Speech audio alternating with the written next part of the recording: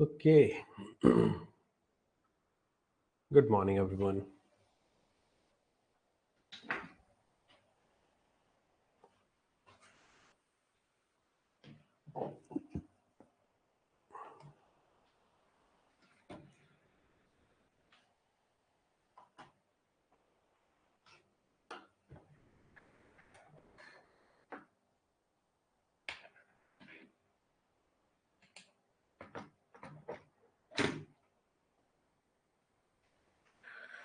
Okay, hello everyone, good morning, good morning. स्वागत है आप सभी का।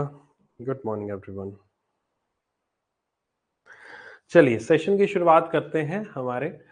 उस दिन हमने जो टॉपिक छोड़ा था वो था ये वाला। यहाँ पर हमने इस टॉपिक को एंड किया था नॉमिनेशन के ऊपर यहाँ पर। और आज हम आगे कंटिन्यू करते हैं। और नेक्स्ट टॉपिक पे इसी के आगे कंटिन्यू करते हैं। ठीक है। ओके मुस्कान, मैं देखता हूँ, मैंने बोल तो दिया था शेयर करने के लिए। मैं अभी खुद इंश्योर करता हूँ, खुद मैं देख लेता हूँ, बीच में टाइम मिलेगा ना क्लास के मेरे को तो मैं देख लूँगा। मैं देखता हूँ, अगर नहीं तो मैं खुद कर दूँगा अपलोड। मैं टीम को बोला तो था करने के लिए। एनीवेज, ये है आपका नॉमिनेशन वगैरह टॉपिक हो गया था, अच्छे से हो गया था। आगे चलते हैं। आगे यहाँ पर हम बात कर रहे हैं बैंक के अकाउंट की, सेविंग अकाउंट की। बैंक का आप जो भी अकाउंट ओपन करते हैं बैंक के साथ किसी भी तरह से, तो एक प्रकार से क्या कर रहे हैं, एक प्रकार से आपने बैंक के साथ एक पर्टिकुलरली रिलेशन में आ रहे हैं। और रिलेशन कुछ ऐसा है, वो रिलेशन एक कॉन्ट्रेक्चुअल रिलेशन है। जब भी आप बैंक में अकाउंट ओपन कराते हो तो that is a kind of contract जो बैंक के साथ आप कर रहे हैं। क्योंकि बहुत सारे एक अकाउंट ओपनिंग फॉर्म होता है, उसके ऊपर आप अलग अलग जगह पे साइन करते हैं। और वो सिग्नेचर करने का मतलब यही होता है कि बैंक का ऑफिशियल भी वहां पर साइन होते हैं, ब्रांच मैनेजर के और आपके भी होते हैं। आप बैंक के साथ एक कॉन्ट्रैक्ट में आ रहे हो, उसकी टर्म्स एंड कंडीशन जो भी है वो उस अकाउंट ओपनिंग फॉर्म पे लिखी हुई है। उनमें मेजर फंक्शन क्या होता है कि बैंक को आप पैसा जमा कराएंगे, वो पैसे को बैंक लाइबल है वापस देने के लिए, वगैरह वगैरह, अगर आप एक saving account, current account open करवा रहे हैं तो। ठीक है। और भी बहुत सारी कंडीशन। लेकिन जब भी एक कॉन्ट्रैक्ट की बात आती है तो as per Indian Contract act वहां पर कुछ एलिजिबिलिटी है कि ये लोग कॉन्ट्रैक्ट में नहीं आ सकते, ये लोग कॉन्ट्रैक्ट नहीं कर सकते, या ये लोग कॉन्ट्रैक्ट कर सकते हैं। ठीक है। इस तरह का इंडियन कॉन्ट्रैक्ट एक्ट में यहां पर मेंशन किया हुआ है। जब अगर कोई व्यक्ति इंडियन कॉन्ट्रैक्ट एक्ट के हिसाब से किसी कॉन्ट्रैक्ट में आ ही नहीं सकता, अगर वो एलिजिबल ही नहीं है, तो ऑब्वियस वो बैंक अकाउंट भी नहीं ओपन करवा पाएगा। क्योंकि बैंक अकाउंट ओपन कराना is a kind of contract with the customer, between the customer and the bank. Right. ठीक है। तो वही कंडीशंस देख लेते हैं, कौन कौन व्यक्ति इसमें कॉन्ट्रैक्ट में नहीं आ सकता, या आ सकता है तो क्यों आ सकता है, उसके ऊपर बात करते हैं। तो कुछ कंफ्यूजन होती है हमेशा ऑलवेज यहां पर कि कौन कौन व्यक्ति यहां पर कॉन्ट्रैक्ट में अकाउंट ओपन कर सकता है, उसके ऊपर बात करते हैं। As per Indian Contract Act, a person is competent to enter in a contract. एक कॉन्ट्रैक्ट में वो आ सकता है व्यक्ति, कौन व्यक्ति, अगर उसकी एज 18 वर्ष से ज्यादा हो,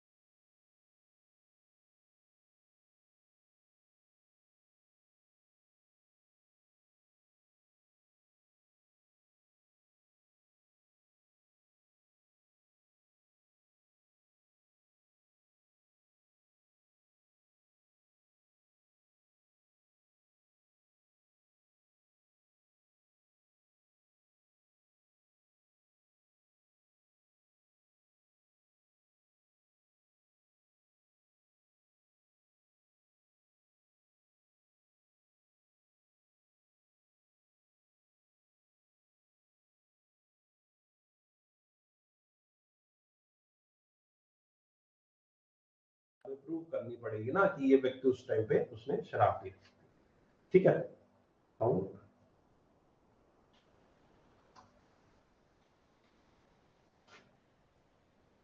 हेलो हेलो हेलो हेलो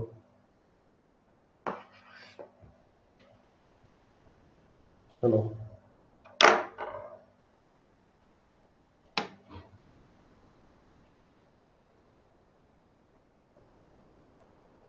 आया, साउंड आ गया।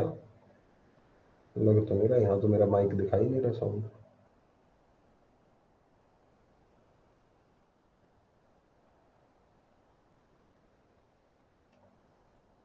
एक सेकंड रुको।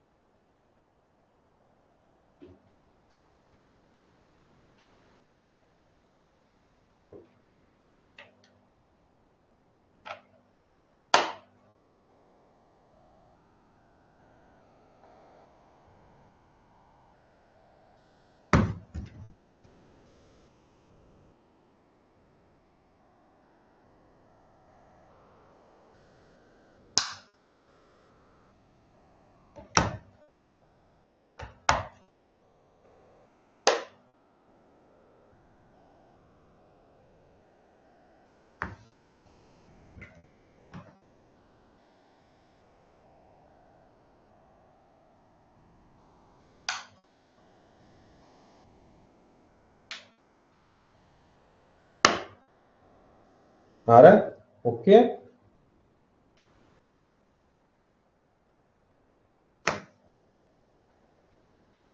आवाज आ रही है?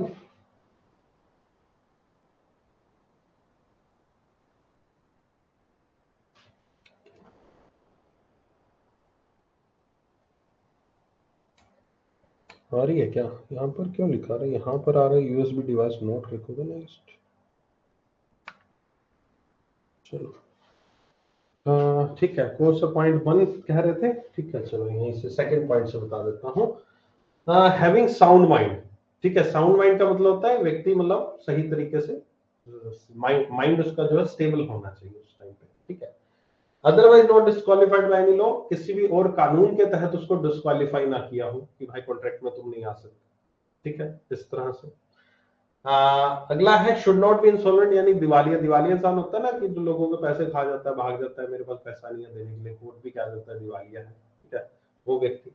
Drunken person is not legally, drunken person मतलब जो व्यक्ति शराब जिसने पी रखी है उस वक्त अगर कॉन्ट्रैक्ट में आता है तो वो इनवैलिड है। यानी कि अब ड्रंकन व्यक्ति ऐसा तो हो नहीं सकता 24 घंटे 365 दिन ड्रंकन ही है ना, लेकिन जब उसने शराब पी रखी है उस वक्त वो कॉन्ट्रैक्ट में आएगा। वो जो व्यक्ति सही है, ऐसा तो नहीं है कि हाँ भाई तुम शराब पीते हो, हाँ जी मैं पीता हूँ, ठीक है, तो फिर तो कॉन्ट्रैक्ट में नहीं आ सकते। वो कहता क्यों नहीं आ सकता, शराब तो मैं रात को दिन में इस टाइम पीता हूँ, बाकी दिन तो मैं सही हूँ, है ना। तो वो मूवमेंट पे जब उसने पी रखी है उस टाइम, लेकिन वो लेटर ऑन उसको अप्रूव करना पड़ेगा कि हाँ इस वक्त उस सामने वाले पर्सन ने शराब पी थी तो इसलिए ये कॉन्ट्रैक्ट इनवैलिड था, या खुद को प्रूव करेगा। should be in good sense while opening account entering the into a contract, मतलब एक सही दिमाग, सही संतुलित दिमाग होना चाहिए जब वो कॉन्ट्रैक्ट साइन कर रहा है उस वक्त भी। तो ये कंडीशन है जिसके तहत यहाँ पर हम एक वैलिड कॉन्ट्रैक्ट में आ सकते हैं या फिर कह लीजिए अकाउंट ओपन कर सकते हैं। अब यहाँ पर एक बड़ा मेजर चीज है जो आपके दिमाग में खटक रही होगी कि सर मैं तो स्कूल में था, मेरी उम्र तो 18 वर्ष थी नहीं, फिर भी मेरा अकाउंट कैसे खुल गया? आप कह रहे हो कि 18 वर्ष उम्र है तभी आप कॉन्ट्रैक्ट में आ सकते हो, तभी आपका अकाउंट खुलेगा, लेकिन ये कैसे हो गया सर पॉसिबल, मेरे तो अकाउंट खुला था। तो उसी के ऊपर सबसे पहले बात करते हैं, that's the minor account, account open by the minor. अब जो अकाउंट ओपन किए जाते हैं माइनर के द्वारा, ये अकाउंट बेसिकली जो कॉन्ट्रैक्ट होता है, आपका भी अकाउंट ओपन किया गया होगा, लेकिन उस अकाउंट ओपनिंग फॉर्म में आपके पेरेंट्स के सिग्नेचर भी लिए होंगे या फिर गार्जियन के सिग्नेचर भी लिए होंगे डेफिनेटली, तो जाके माइनर अकाउंट ओपन हो सकता है। कैसे? क्योंकि जब आपके साइन की बजाय आपके पेरेंट्स के साइन लिए गए, आपके पेरेंट आपके साइन के साथ पेरेंट्स के साइन भी लिए गए, ये इसका मतलब ये है कि वहां पर आप कॉन्ट्रैक्ट में नहीं आ रहे हो, आपका अकाउंट ओपन किया जा रहा है आपके पेरेंट्स के द्वारा आपके बिहाफ पर। तो आपका जो कॉन्ट्रैक्ट है वो आपका कॉन्ट्रैक्ट और बैंक का कॉन्ट्रैक्ट नहीं रहा, वो कॉन्ट्रैक्ट रहा आपके पेरेंट्स का और आपके बैंक का, ठीक है। तो that is the basic contract, यहाँ पर जो चीज हो सकती है। अब आप कहोगे सर मेरे टाइम पे तो सिर्फ मेरे साइन हुए थे, मैं तो इतने साल का था तो मेरे साइन हुए, पेरेंट्स के साइन कराए नहीं, वो गलत था।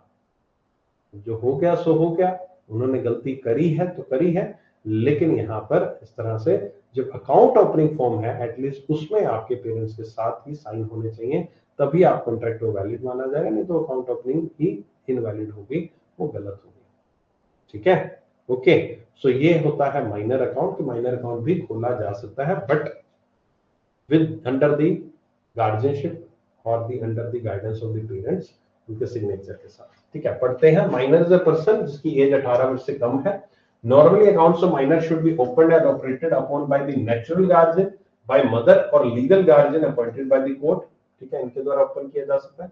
RBI has allowed the Hindu mother to open and operate deposit accounts in the name of minor child without insisting upon the consent letter from the father in some specified cases. Okay, तो यहाँ पर Hindu laws के according यहाँ पर ये भी condition है कि एक हिंदू परिवार से जो माता है, माँ है, वो भी बिना फादर के कंसेंट के अपने लेवल पर भी अकाउंट ओपन करा सकती है।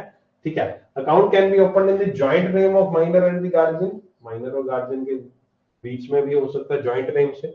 Two literate minors from the same family can also open a joint account. दो literate minors जो है, दो माइनर्स भी यहाँ पर एक साथ मिलकर अकाउंट खोल सकते हैं।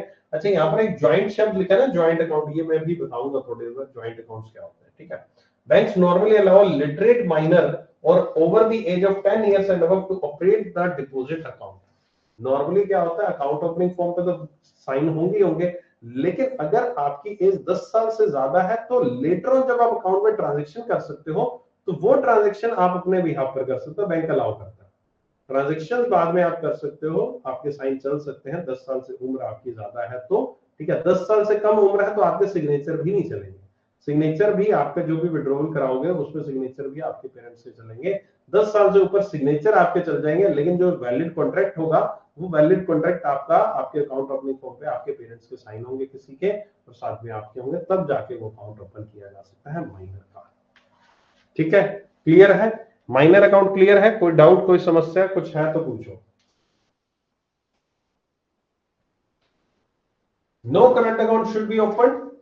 कोई भी करंट अकाउंट ओपन नहीं किया जा सकता, क्योंकि माइनर है, ऑब्वियस है। वो करंट अकाउंट कैसे, करंट अकाउंट अभी पढ़ाऊंगा।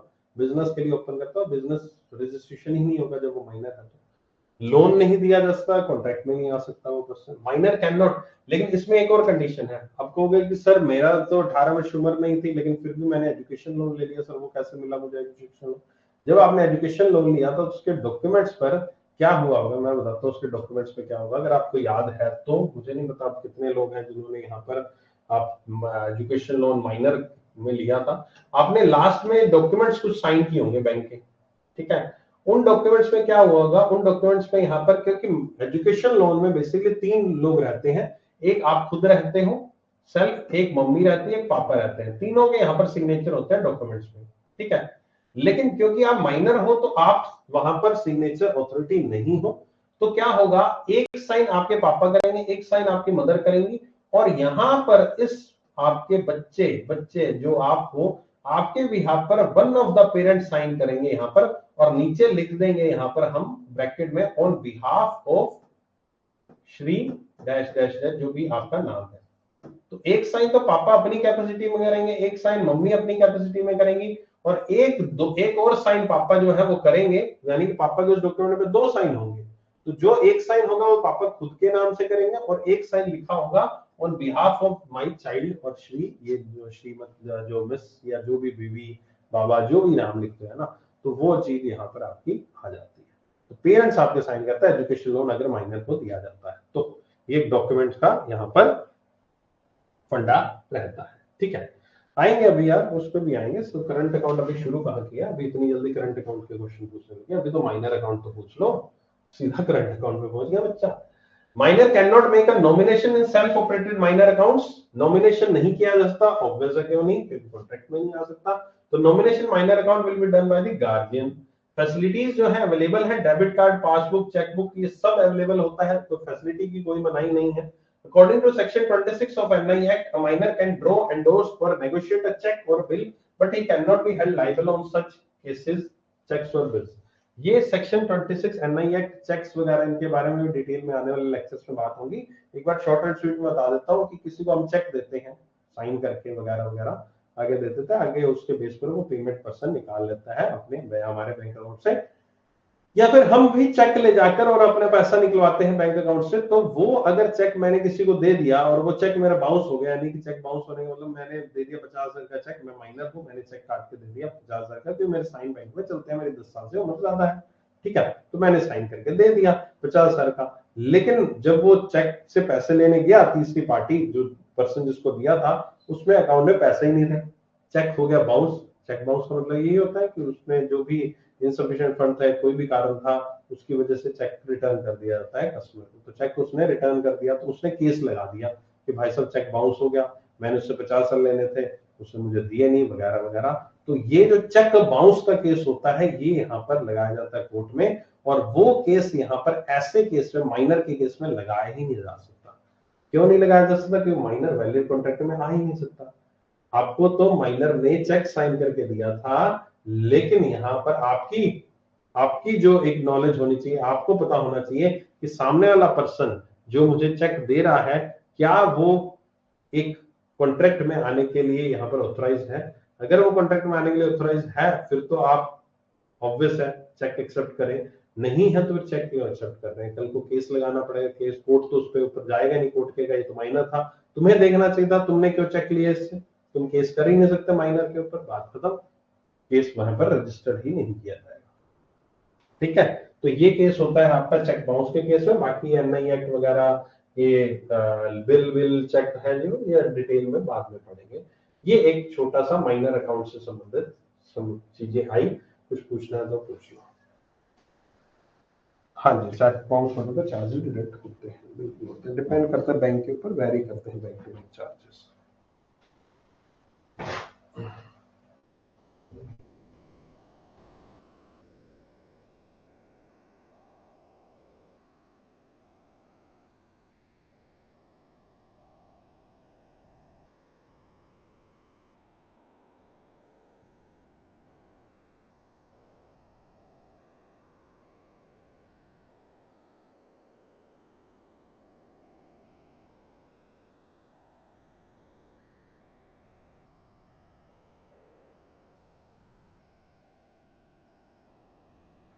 क्लियर है माइनर?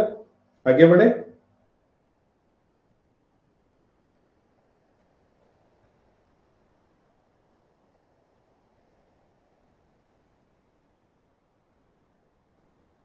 विषय का, अभी पैन कार्ड के बारे में बात करेंगे, अभी मैंने केवाईसी नॉर्म्स कराऊंगा ना, तो उसके अंदर पैन कार्ड के ऊपर चर्चा होगी।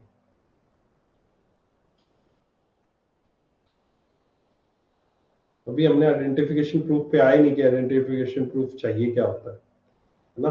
पैन कार्ड चाहिए भी होता है कि नहीं चाहिए होता, जरूरी थोड़ा ना पैन कार्ड चाहिए हो, बिना पैन कार्ड के अकाउंट ओपन हो जाता है। तो अभी केवाईसी नॉर्म्स जो आएंगे वो आएंगे कुछ में क्लास में, अभी 2-3 चैप्टर्स बाद आ जाएगा।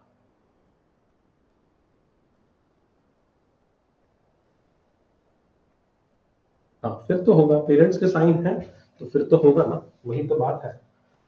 माइनर नहीं कर सकता, पेरेंट्स उसके बिहाफ पर अगर साइन कर रहे हैं तो वो तो लाइबल है, फिर ऑब्वियस लाइबिलिटी है उसकी। ठीक है, चलो आगे चलते हैं। इलिटरेट पर्सन, इलिटरेट पर्सन क्या ओपन हो सकता अकाउंट? बिल्कुल हो सकता है, कोई दिक्कत नहीं है।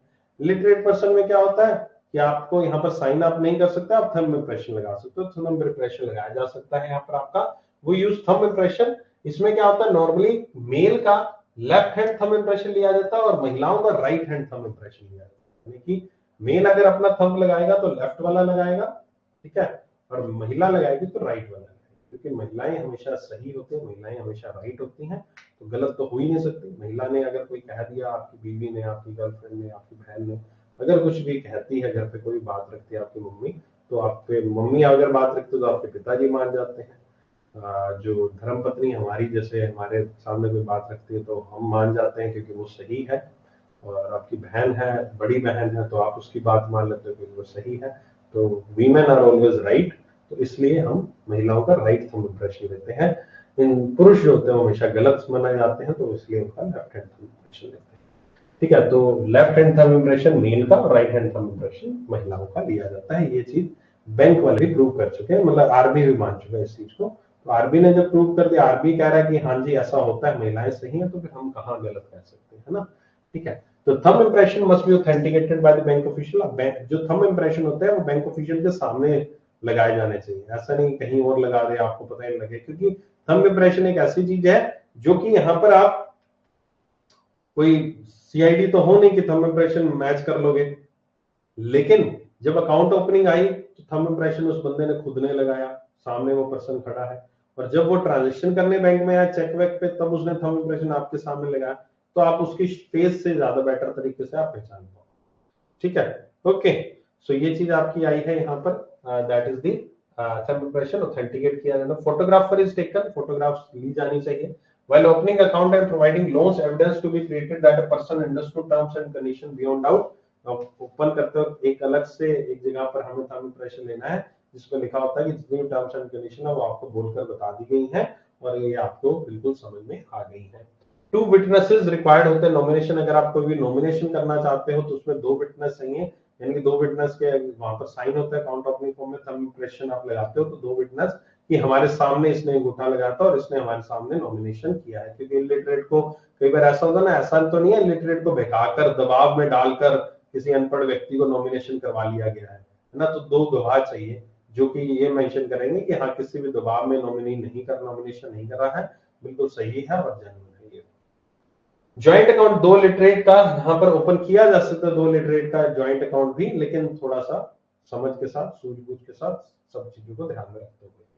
Joint account with illiterate should be carefully open. Literate person, ये ज्वाइंट अकाउंट मैंने लिटरेट पर्सन के साथ खोल लिया एक साथ मिलकर, तो वो चीज को थोड़ा अवॉइड किया जाता है, क्योंकि एक लिटरेट पर्सन है, इलिटरेट पर्सन तो ऑब्वियस है, लिटरेट जो है वो लिटरेट को दबा लेगा और पैसे अपने हथिया लेगा, है ना। Normally no chequebook facilities available to the illiterate person. Chequebook नहीं दी जाती क्योंकि जो इलिटरेट पर्सन है वो किसी को अंगूठा लगा के अगर चेक दोगे तो वो चेक यहाँ पर कोई थर्ड पार्टी वाला पर्सन बैंक में लेकर आएगा तो हम एज अ बैंक ऑफिशियल उसको अप्रूव ही नहीं करेंगे, क्योंकि थंब इंप्रेशन हमारे सामने लगा ही नहीं हुआ। थंब इंप्रेशन हमारे सामने ही लगा होना चाहिए, ये फर्स्ट एंड फॉरमोस्ट थिंग है इलिटरेट पर्सन की, अगर वो ट्रांजेक्शन करना चाहता है। कोई और उसका चेक लेकर आया, उसको उसका थंब इंप्रेशन लगा, मैं मैच कैसे करूंगा? मैं थंब इंप्रेशन को मेरे सिस्टम में जो अकाउंट ओपनिंग फॉर्म आया था उसमें जो थंब इंप्रेशन था उसको मैंने स्कैन करके उनके अकाउंट में डाल देता हूँ सिस्टम में, तो लेटर ऑन उस सिस्टम से हम थंब इंप्रेशन को मैच करते हैं नीचे, तो मैं कैसे मैच करूंगा? नहीं कर सकता।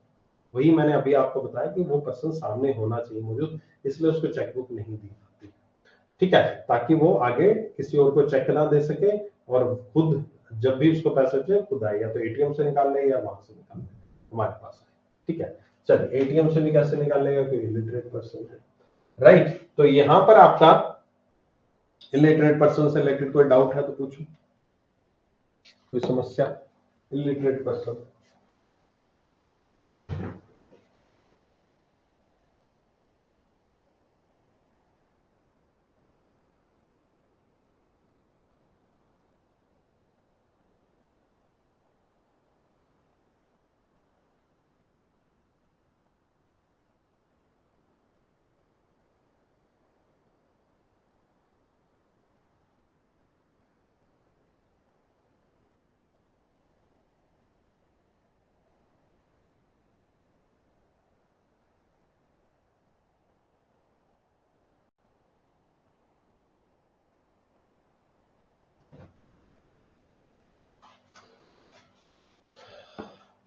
हाँ है ना, पैर का अंगूठा लगाया जा सकता है, पैर का अंगूठा अल्टरनेटिव है। ठीक है, मतलब सीरियसली बोलता हूँ, मजाक नहीं कर रहा हूँ, कहीं हंसने मत लग देना, अरे सर क्या बात कर रहे हो। पैर का अंगूठा लगाया जा सकता है, एटीएम नहीं, इलिटरेट है ना, एटीएम नहीं मिलेगा। ऑपरेट ही कैसे करेगा, इलिटरेट है तो उसको किसी के साथ ही तो जाना पड़ेगा, ये भी तो सोचो ना, तो वो तो फिर गलत बात हो जाएगी। ठीक है, अच्छा ये वाला जो रीजन मैंने बताया था ना, ये रीजन वैसे ही बता दिया ना मजाक मजाक में, है ना। एक्चुअल में ये रीजन होता है जो हमारा जो पुलिस है ना, हमारे देश की पुलिस, उसका एक एक्ट है ना, शायद सीआरपीसी क्रिमिनल एक्ट है, कोई ऐसा एक्ट है, ये तो सीआरपीसी होता है, और भी 2-3 एक्ट होते हैं, उनमें से किसी एक एक्ट में ये चीज डिफाइंड है, उनमें से किसी एक एक्ट में ये चीज डिफाइंड है।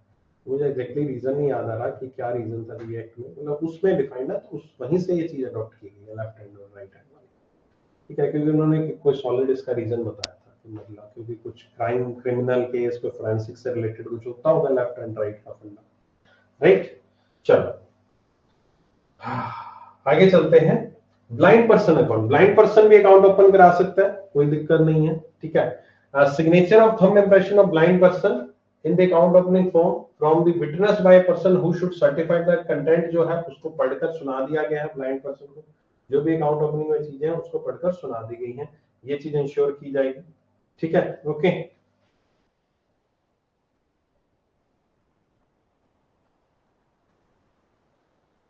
सही कहा।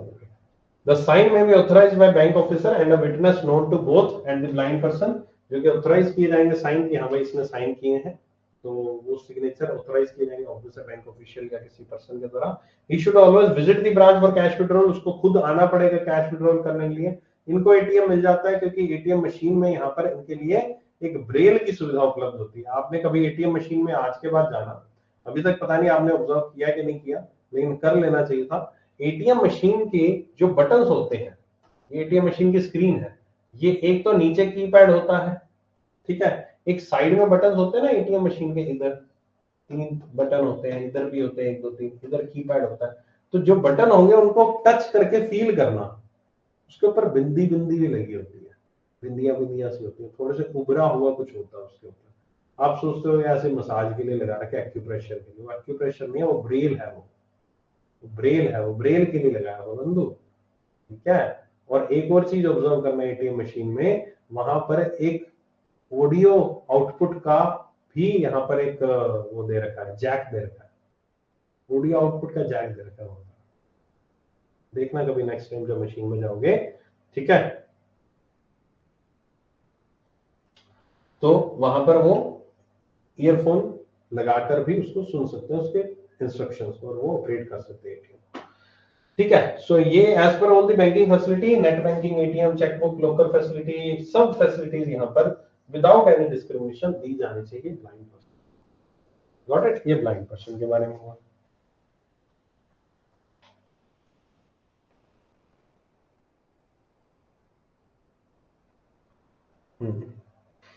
ठीक है, क्लियर है ब्लाइंड पर्सन अकाउंट।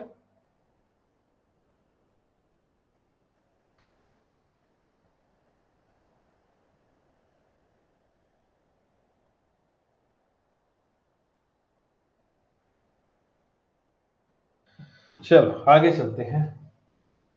अगला क्या, पर्दानिशी विमन। पर्दानिशी विमन ऐसी महिला होती है जो कि यहाँ पर पर्दे में रहती है। पर्दे में रहने का मतलब यहाँ पर कोई पर्टिकुलरली एक रिलीजन से रिलेटेड नहीं आप कह सकते कि जो बुर्खा वगैरह है उससे संबंधित ये शब्द नहीं है। ये शब्द ओवरऑल किसी से भी संबंध रख सकता है पर्दानिशी विमन। पर्दानिशी वीमेन एक बहुत सारी ऐसी कम्युनिटीज हैं, इवन जरूरी नहीं है कि आपकी मुस्लिम कम्युनिटी, दूसरी कम्युनिटीज भी हैं, दूसरे रिलीजन भी हैं, उनके अंदर की कम्युनिटीज, सोसाइटीज, कुछ एरियाज ऐसे हैं जहां पर आज भी महिलाओं को यहाँ पर घूंघट में रखा जाता है और उनको घूंघट ऊपर करने की और इवन किसी भी आउटसाइडर से बात करने की इजाजत भी नहीं है। वो इवन बात भी नहीं कर सकते किसी भी व्यक्ति से, केवल और केवल बात कर सकते हैं अपने पति से, और किसी से बात ही नहीं करेंगे। कोई भी बात मैसेज कन्वे करना है, किसी को भी बताना है, अपने पति को बताएंगे और वो आगे होगा। और ये वाकई में आज की डेट में भी ऐसा कई जगहों पर, कई कम्युनिटीज में ऐसा हो रहा है।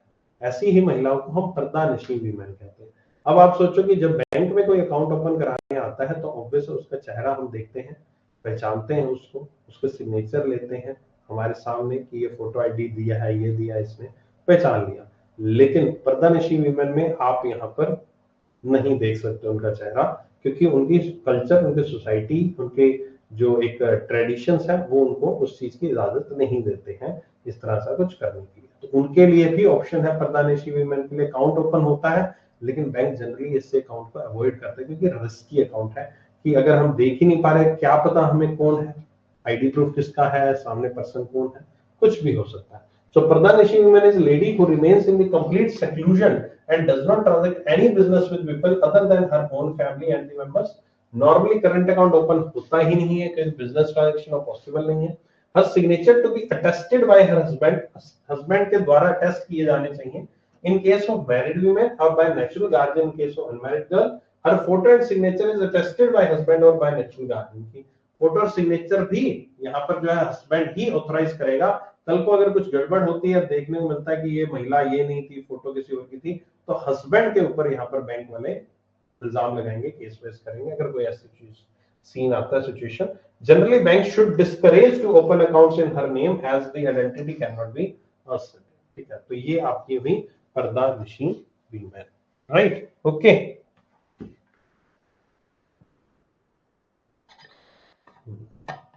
हाँ, काफी जगह पे है।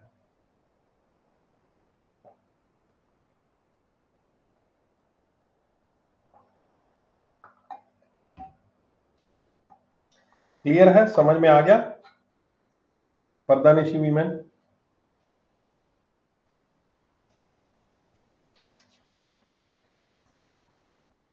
ओके, तो यहां पर हम सीनियर सिटीजन की बात कर रहे हैं। सीनियर सिटीजन को भी यहां पर कुछ एक्स्ट्रा फैसिलिटी दी जाती है।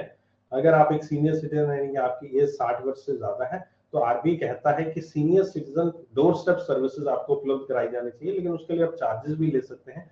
घर बैठे बैठे सीनियर सिटीजन को अकाउंट की सर्विस उपलब्ध कराते हैं। If you are above 70 years, you can receive certain banking facilities at your home. Sorry, यहाँ पर 70 ईयर से ज्यादा की बात की है, वैसे सीनियर सिटीजन 60 साल से ऊपर का होता है। Banks have to automatically convert fully KYC compliant account into senior citizen account on the date of birth available। जो भी डेट ऑफ बर्थ अवेलेबल होगी उसके अकॉर्डिंग आप सीनियर सिटीजन अकाउंट में कन्वर्ट कर दीजिए। अभी जो फिक्स डिपॉजिट पड़ेंगे उसमें बेसिकली फर्क पड़ता है, क्योंकि सभी बैंक सीनियर सिटीजन को एक्स्ट्रा ब्याज देते हैं, एक्स्ट्रा इंटरेस्ट देते हैं सीनियर सिटीजन को, आपका जब वो 60 वर्ष के हो जाते हैं। ठीक है, banks have to provide dedicated counters in their branches, जहां पर सीनियर सिटीजन को प्रायोरिटी मिलनी चाहिए। ये भी आ गई, ये तीनों चीजें आरबीआई ने कही है। ठीक है, सीनियर सिटीजन को हमेशा प्रायोरिटी मिलती है आपकी, अलग से यहाँ पर उसके लिए लाइन होती है सीनियर सिटीजन के लिए। ठीक है, तो that is the senior citizen get priority for their banking services. ठीक है सर, फिर बैंकर को दिक्कत आएगी? बिल्कुल आएगी, तभी तो उसके सिग्नेचर अटेस्ट किए ना उसके हस्बैंड के द्वारा, तो हस्बैंड को हमेशा साथ आना पड़ेगा। जब भी आएंगे वो खुद आएंगी साथ में, और साथ में हस्बैंड आएंगे, तभी काम बनेगा।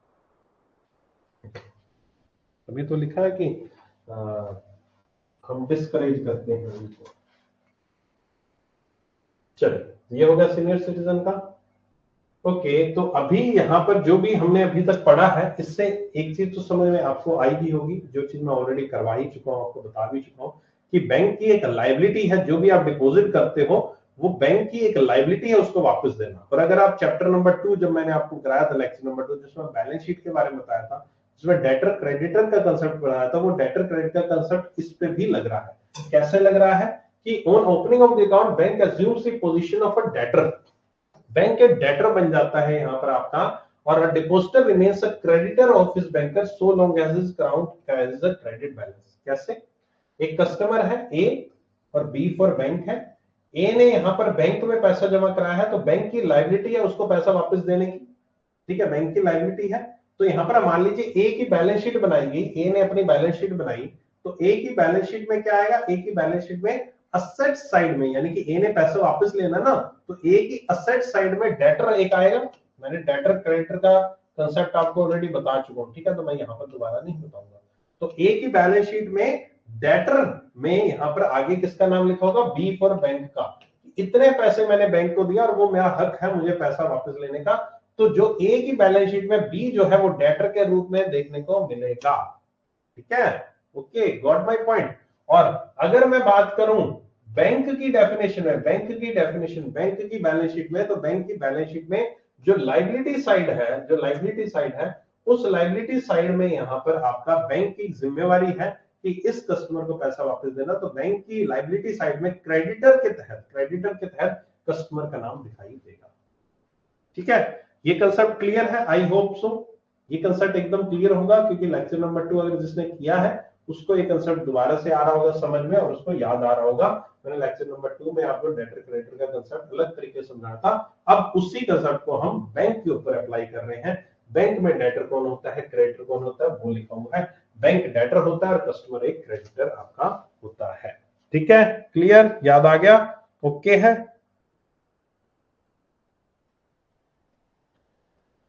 चलिए आगे चलते हैं हम।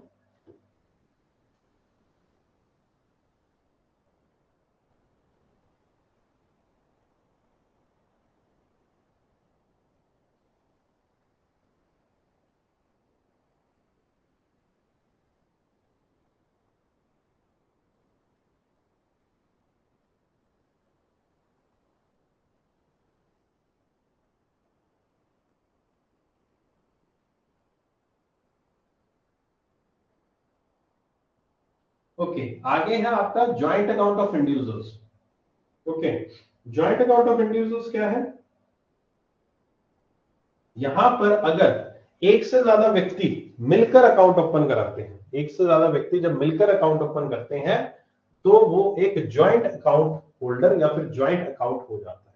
ये ज्वाइंट अकाउंट के अलग अलग प्रकार है, ठीक है, अलग अलग तरीके हैं। एक से ज्यादा व्यक्ति कितने भी हो सकते हैं, कोई जरूरी नहीं है कि 2 ही हो, 3 भी, 4 भी, 5 भी, कितने भी हो सकते हैं। ऐसे कोई लिमिट डिफाइन नहीं की गई आरबीआई के द्वारा कि इतने होंगे, मैक्सिमम इतने होंगे। मिनिमम तो 2 ही होंगे तभी ज्वाइंट बनेगा, और मैक्सिमम का कहीं पर डेफिनेशन नहीं है, तो हम उसके बारे में कुछ भी कह नहीं सकते, ठीक है।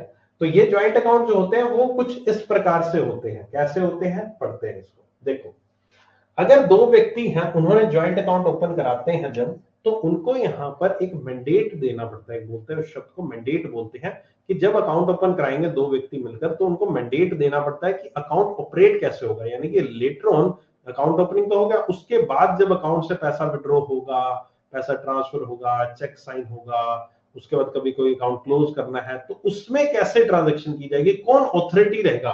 मतलब ए बी दोनों होंगे तभी बात बनेगी, या ए अकेला होगा तब भी बात बन सकती है, बी अकेला होगा तब भी बात बन सकती है। कैसे होगा ज्वाइंट अकाउंट ऑपरेट, कैसे होगा, तो ऑपरेशन के बारे में यहां पर बताया गया है एक एक करके।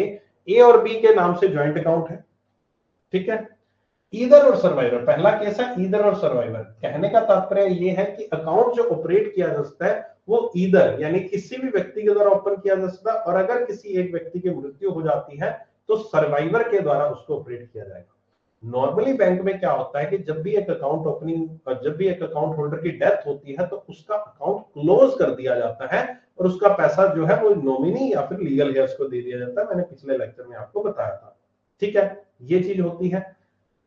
लेकिन अगर आपका एक ज्वाइंट अकाउंट है और वो अकाउंट आपने ईदर और सर्वाइवर के कंसेप्ट के अकॉर्डिंग, मैंडेट के अकॉर्डिंग खुलवाया है, कि कोई भी पर्सन दोनों में से आकर सिंगल हैंडेडली ऑपरेट कर सकता है, साइन करके काम बन जाएगा, ठीक है, ईदर और सर्वाइवर के हिसाब से। लेकिन अगर इवन किसी भी एक व्यक्ति की इसमें मृत्यु होती है, तब भी वो अकाउंट चलता रहेगा, वो अकाउंट बंद नहीं होगा, वो अकाउंट जो सर्वाइवर है वो ऑपरेट करता रहेगा। अब आपका सवाल आएगा, सर फिर अगर दोनों की मृत्यु हो जाए तो?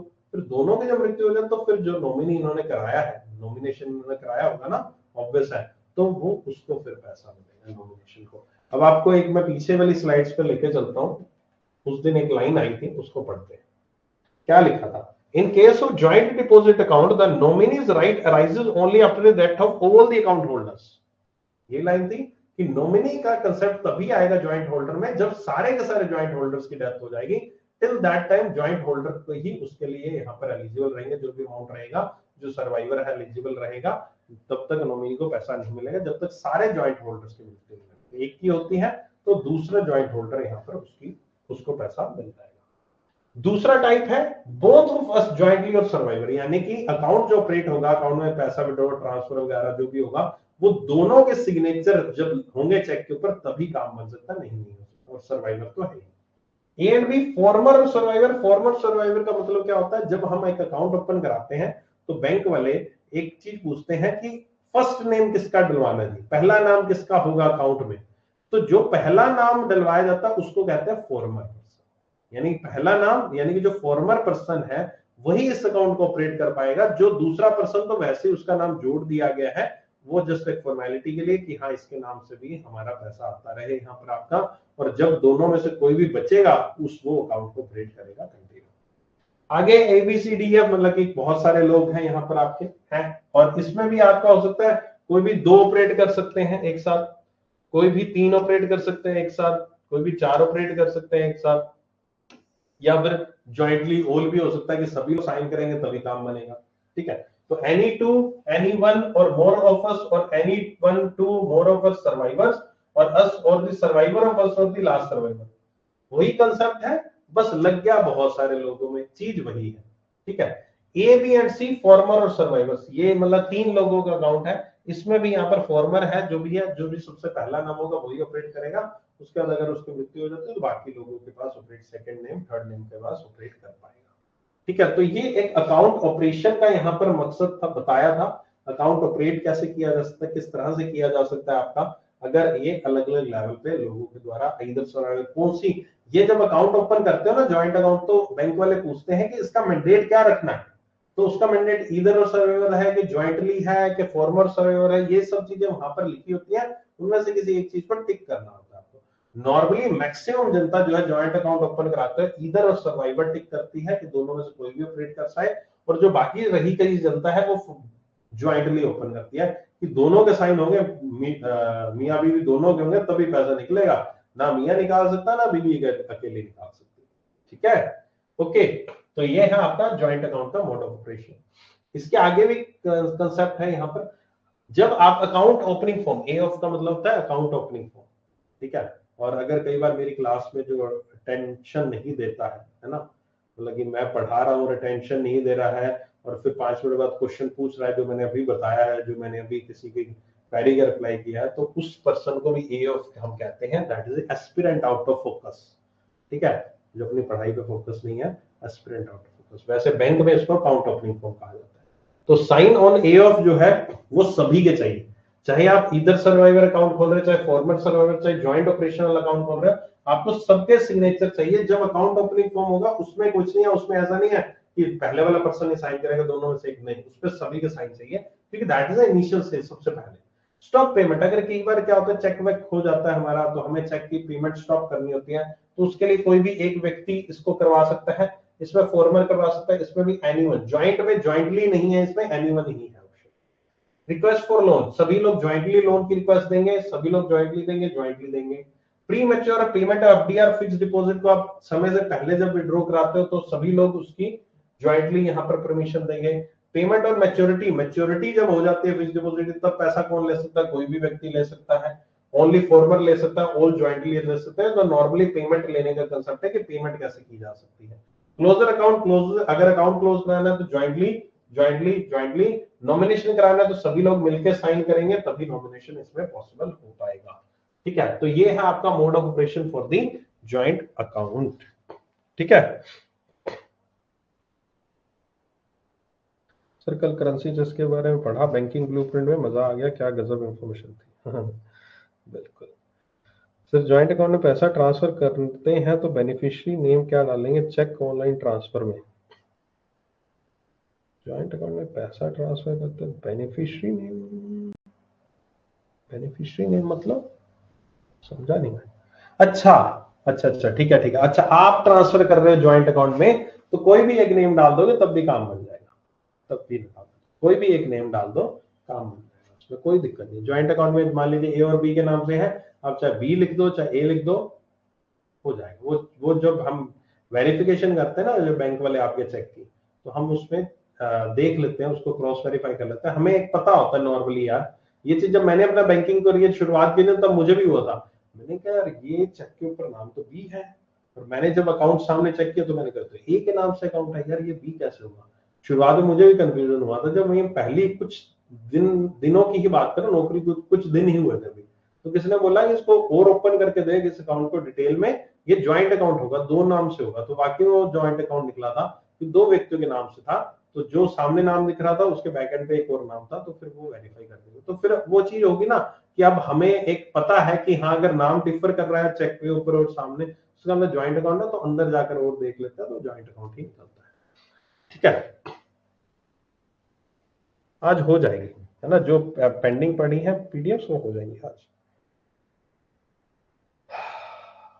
ठीक है, चलो आज के सेशन को मैं यहीं एंड करता हूं। तो आपकी मेरी तरफ से करंट सेविंग अकाउंट कंप्लीट हो चुका है। कल हम करंट अकाउंट के बारे में बात करेंगे और fix deposit, recurring deposit topic को भी मैं कोशिश करूंगा, कल नहीं, सॉरी कल नहीं क्लास होगी, परसों क्लास होगी, नेक्स्ट क्लास परसों होगी 27 को, है ना। तो एक दिन छोड़कर मैंने कहा है कुछ दिन एटलीस्ट, जब तक आरआरबी इसके इंटरव्यूज मैं चला रहा हूँ 3 तारीख तक, तब तक अल्टरनेट होगी क्लास, उसके बाद फिर हम रेगुलर करेंगे। और हाँ ठीक है, परसों अब क्लास में मिलते हैं। और एक 28 तारीख को मैंने मैराथन शेड्यूल की है आप लोगों के लिए। मैराथन में 12 घंटे की मैराथन आएगी, इंफॉर्मेशन आप तक मिल चुकी होगी, तो उसको जरूर अटेंड करना। थैंक यू सो मच, मिलते हैं फिर। परसों सैटरडे है, परसों सैटरडे कहाँ है? 28 को सैटरडे है यार। अच्छा, फिर नहीं होगी, फिर नहीं होगी, ठीक है ठीक है, फिर नहीं होगी। 28 है, 28 को तो मेरी मैराथन है, 28 को नहीं होगी क्लास। फिर देख लेना शेड्यूल में जब भी लगी होगी, हो सकता है मंडे की लगी हो, देख लेना जब भी अगली क्लास लगी होगी तो उस दिन अपने मिलते हैं। ठीक है, परसों तो 28 है ना, सैटरडे को 12 घंटे मैराथन, उसमें तो मैं कैसे लूंगा उस दिन क्लास, राइट? ओके,